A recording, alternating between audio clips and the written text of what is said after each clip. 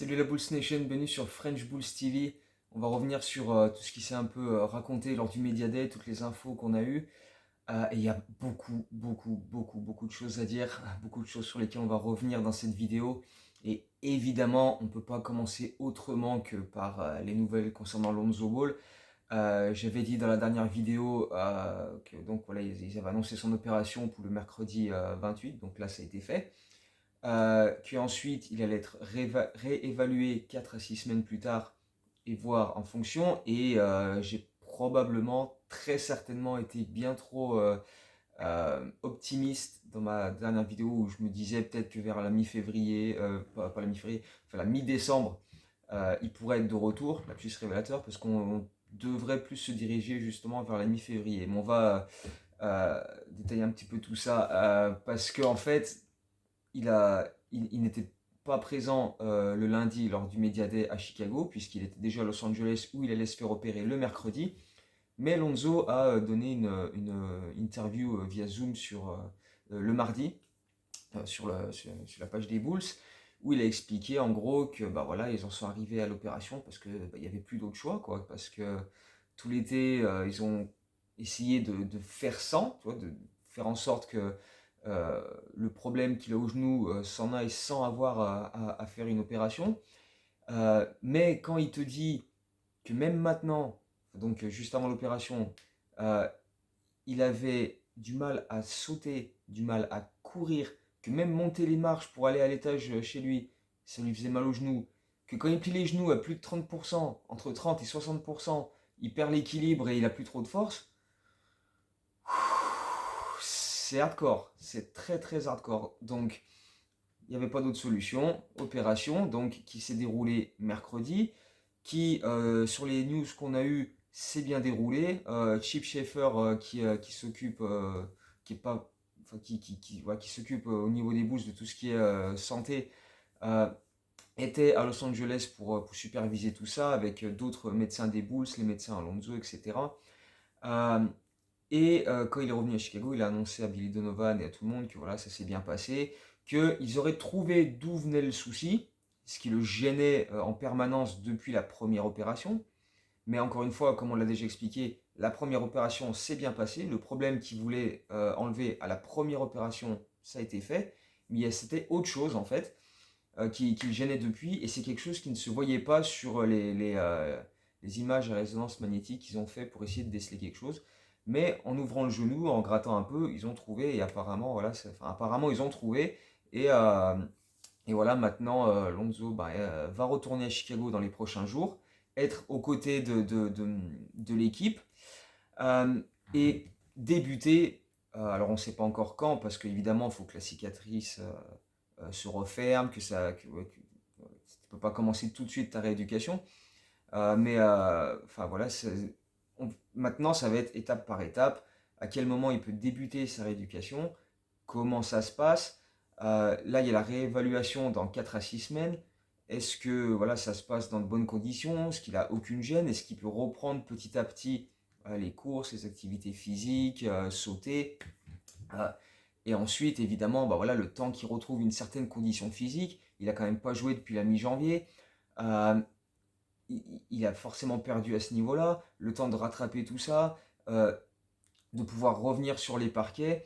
Euh, voilà, on mise vers la coupure All-Star, vers la mi-février, sachant que avant que l'opération soit faite, dans l'interview à Lonzo Ball, et ensuite ça a été posé à Billy Donovan la même question, c'est est-ce qu'il est possible que ce soit une année totalement blanche pour Lonzo Ball, qui ne revienne que pour le training camp de l'année prochaine en 2023. Lonzo Ball a dit ce serait le scénario catastrophe, on va éviter, pour l'instant on n'y pense pas, mais enfin, voilà, on va essayer de faire en sorte que ce ne soit pas comme ça. Et Billy Donovan, lui, dans sa construction d'équipe, a dit je suis obligé de prendre ça en compte parce que bah, à l'heure actuelle, je ne peux pas dire avec certitude qu'il va revenir. Donc l'opération a un peu rassuré. Lonzo devrait revenir. Évidemment, il faut encore employer les guillemets parce qu'on sait très bien que voilà, hein, il devait revenir début mars et voilà, on est à, ça se trouve, ce sera début mars, mais de l'année prochaine finalement. Donc voilà. Ça reste compliqué d'être totalement affirmatif sur comment ça va se dérouler. parce qu'il y a encore beaucoup de paramètres à prendre en compte sur comment ça va se dérouler en termes de réhabilitation. Voilà, le temps que ça va prendre, sachant qu'il a dit c'est quand même sa troisième opération sur ce genou-là, il n'a aucune envie de précipiter les choses, ce qui peut largement se comprendre. Donc voilà, on est passé de potentiellement il y a quelques jours à il se peut qu'il ne joue pas du tout de la saison à il pourrait revenir sur la fin, monter en puissance, être là pour aider l'équipe sur la fin de saison et les playoffs. Donc c'est un petit peu plus optimiste qu'il y a quelques jours. Donc voilà, on va espérer que ça se poursuive dans ce sens-là pour une fois, parce que voilà, tant qu'on n'avait pas de nouvelles, on ne savait pas ce qui se passait, ben voilà, on pouvait que être pessimiste. Quand Lonzo nous a expliqué mardi de quoi il en retournait, c'était compliqué aussi d'être vraiment optimiste, mais voilà, l'opération semble avoir un petit peu euh, réglé tous les problèmes, même si évidemment, encore une fois, le conditionnel, et on va attendre de voir comment ça se poursuit pour lui. Et donc, s'appuyant sur ça, sachant que donc Lonzo va manquer, dans le meilleur des cas, une bonne grosse moitié, voire plus, de la saison régulière, la question était de savoir comment on allait faire sans Lonzo Ball. Et c'est évidemment Billy Donovan, quand on lui a posé la question au Media Day, il n'a pas particulièrement donné de détails, ce qui peut se comprendre. Il ne va pas dire à tout le monde, il ne va pas exposer sa tactique aux autres équipes. Mais en gros, voilà, il a parlé de concurrence à la main en disant que voilà, il se concentrait plus sur comment l'ensemble du groupe allait évoluer ensemble de manière collective, etc.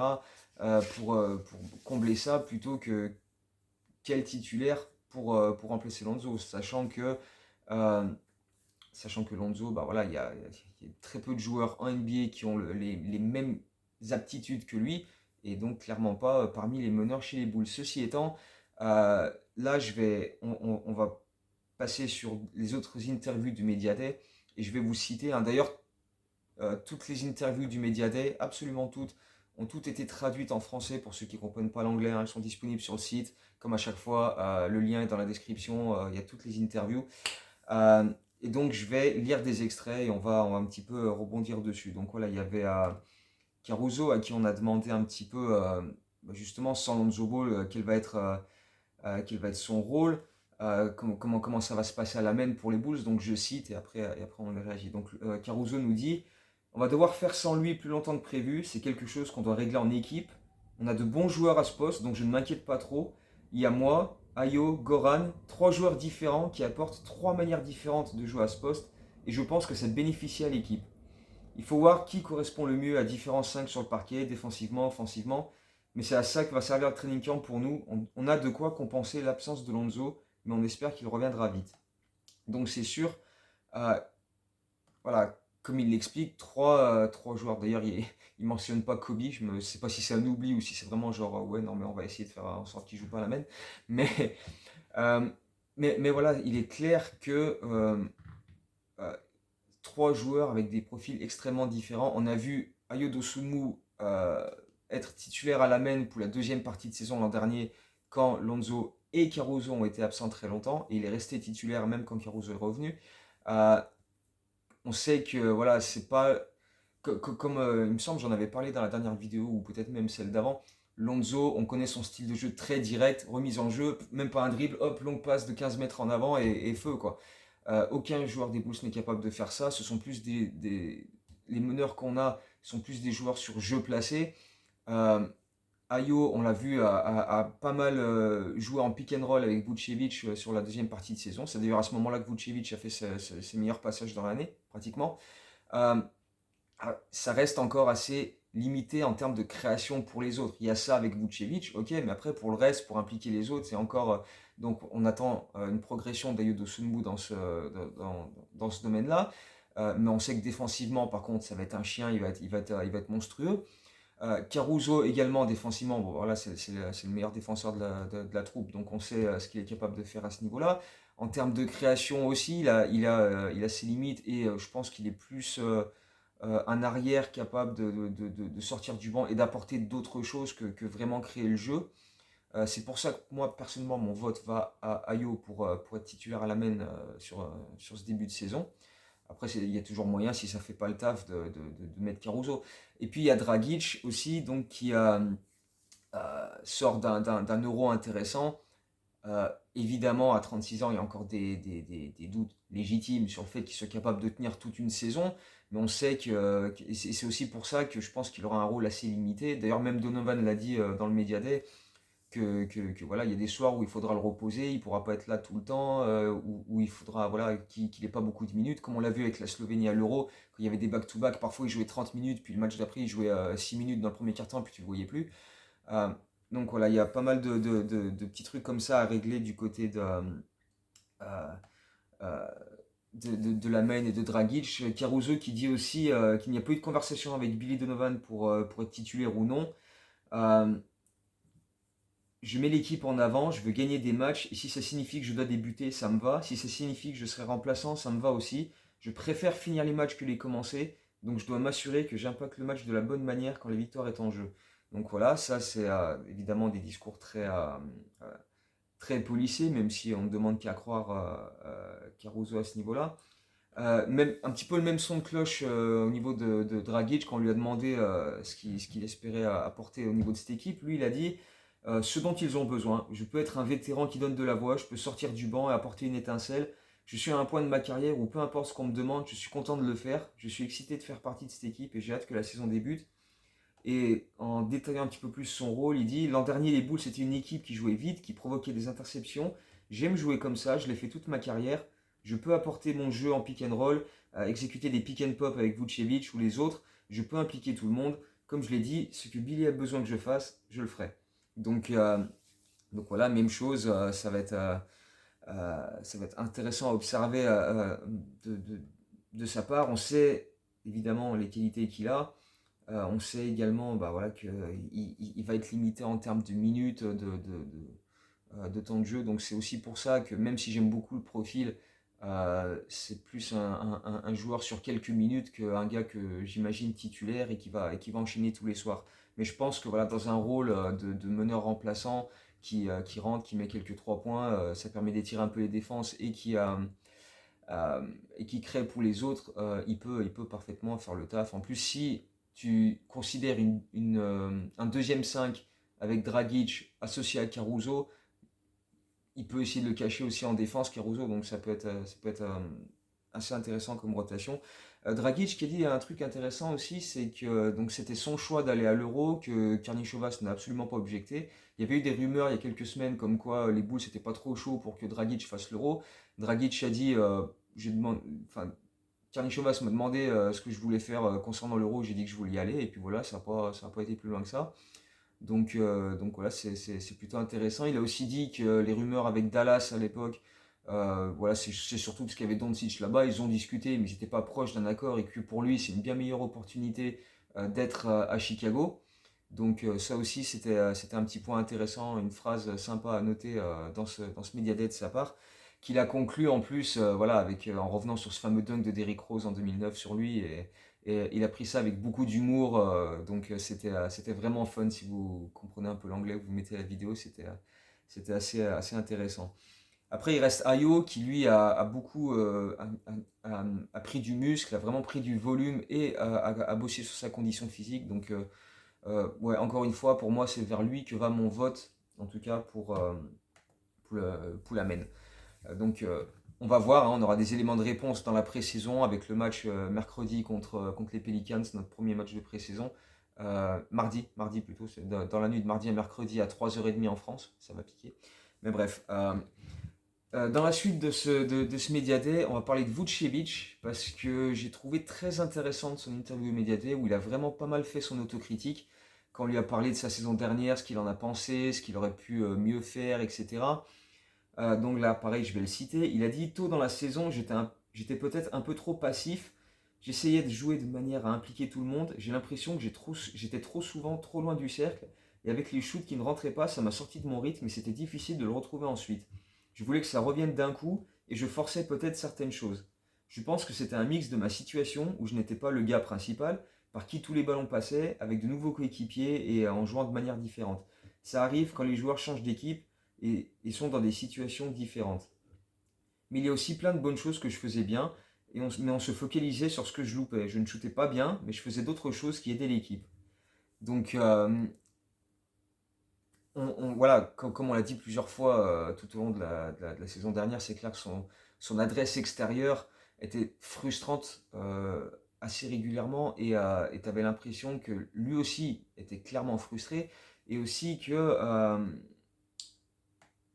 il essayait de s'en sortir en prenant encore plus de shoots alors que tu te dis bon, et c'est peut-être l'approche qui semble vouloir avoir cette saison, genre bon ok, les 2, 3 premiers shoots à 3 points ne rentrent pas, je vais faire autre chose.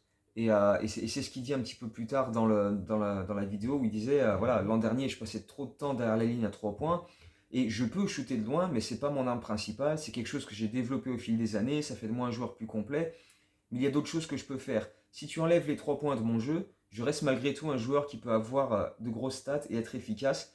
Mais si tu enlèves les autres choses que je fais bien dans mon jeu, comme les rebonds, mon jeu intérieur, les passes, mon exécution des pick and roll, et que je ne suis qu'un shooter à 3 points, je suis moins efficace. Les gens se focalisent sur mon tir à 3 points et c'est quelque chose que je veux continuer d'améliorer car ça m'aide et ça aide l'équipe. Mais il y a tellement d'autres choses que je peux faire et je pense que l'an dernier, je shootais trop de 3 points et ne faisais pas assez de ces autres choses où je suis bon. Et donc voilà, c'est ce qu'on va du coup attendre de Vucevic cette saison. Un peu moins de tentatives derrière la ligne, plus de post-up, comme je l'ai dit tout au long de la saison également en plus. D'ailleurs, vous pouvez remettre les vidéos.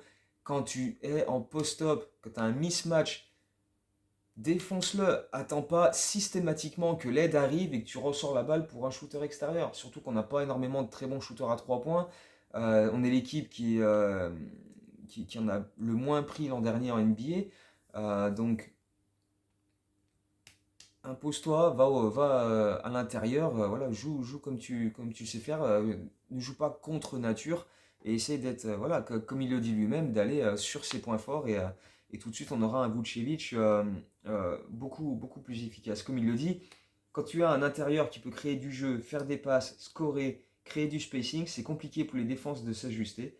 Donc voilà, c'est notre but parce que notre attaque était parfois trop statique l'an dernier et on a galéré et ça c'est quelque chose qu'on a vu notamment quand dans la deuxième partie de saison, il y avait pratiquement que DeRozan et Vucevic pour assurer le scoring, et que Zach LaVine jouait sur un genou, que Caruso et Ball n'étaient pas là. Donc, d'ailleurs, ouais, on va reparler un petit peu du jeu statique aussi, mais un petit peu plus tard. On va passer à Patrick Williams, parce que lui aussi, il a eu des choses très, très intéressantes à nous raconter dans ce Media Day, notamment sur son rôle, comme le fait que tout le monde attend qu'il franchisse un palier, qu'il soit vraiment la grosse révélation de la saison.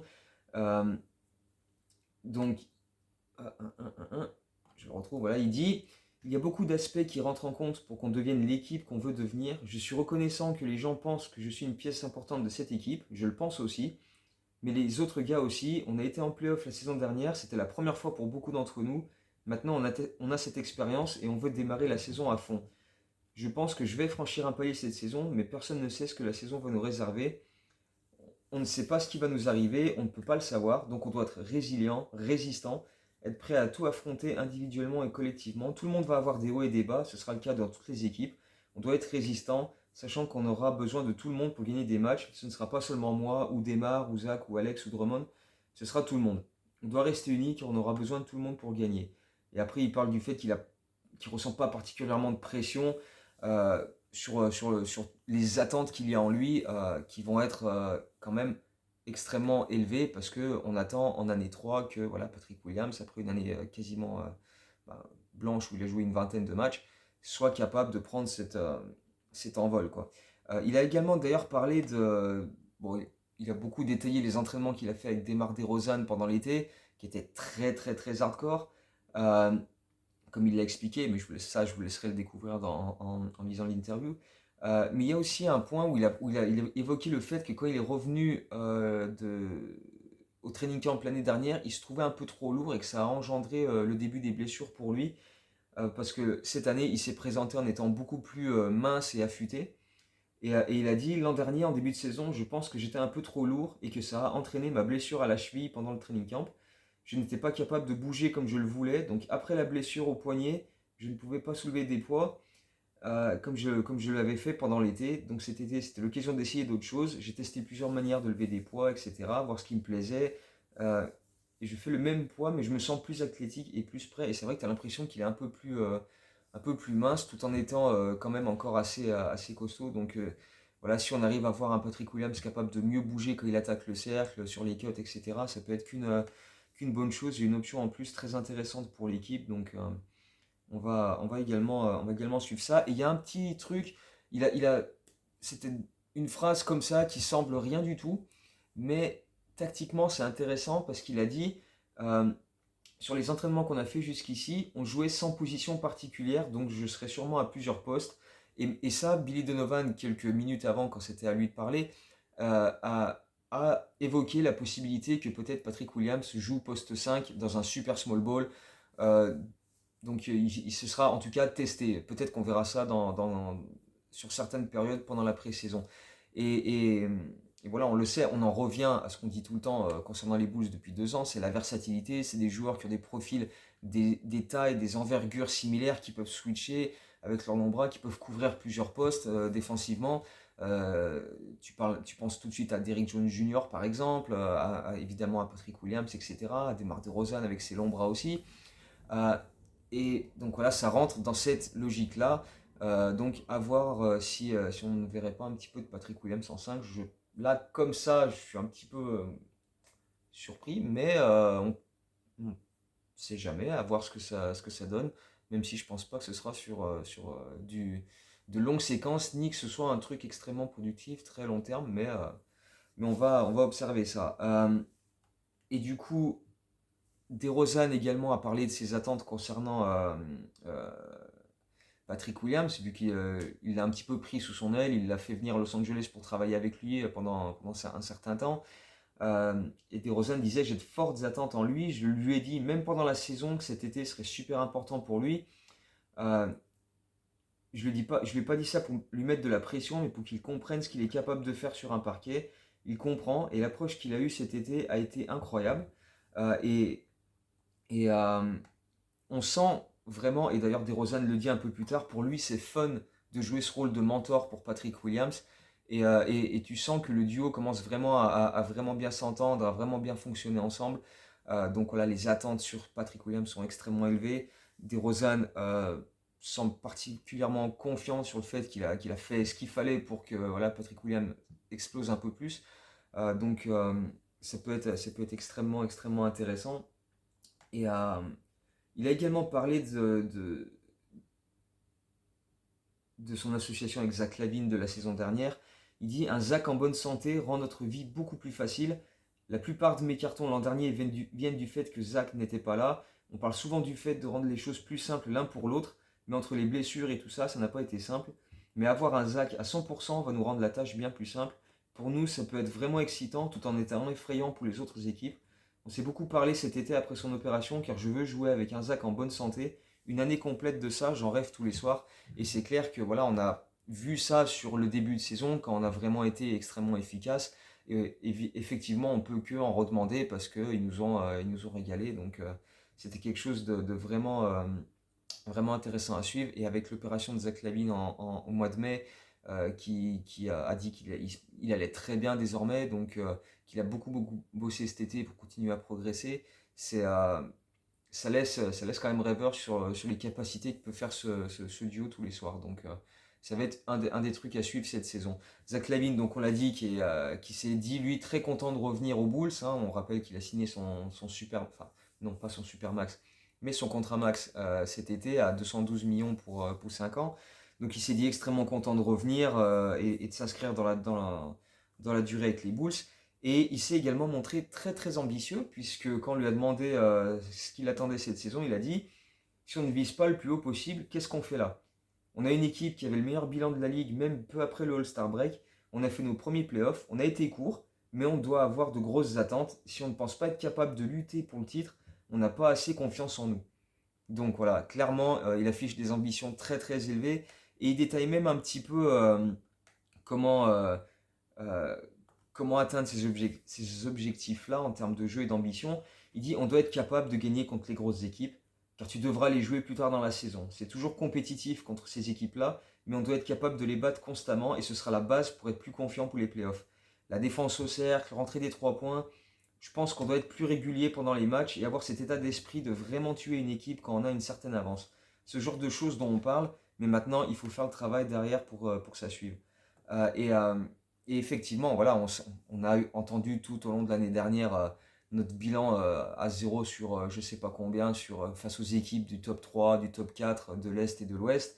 Voilà, même si bah, au final on a quand même gagné Boston, mais bref.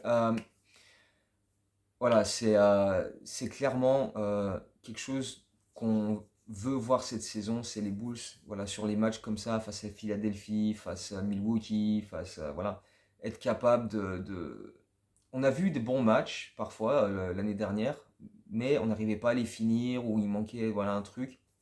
Voilà, avec un peu plus de vécu commun dans l'équipe, plus d'expérience, euh, on peut peut-être se rapprocher on ne sera pas l'égal de Miami, de Philadelphie ou de Boston qui seront probablement le top 3 de l'Est. Probablement. Bon, après, il peut toujours se passer des choses.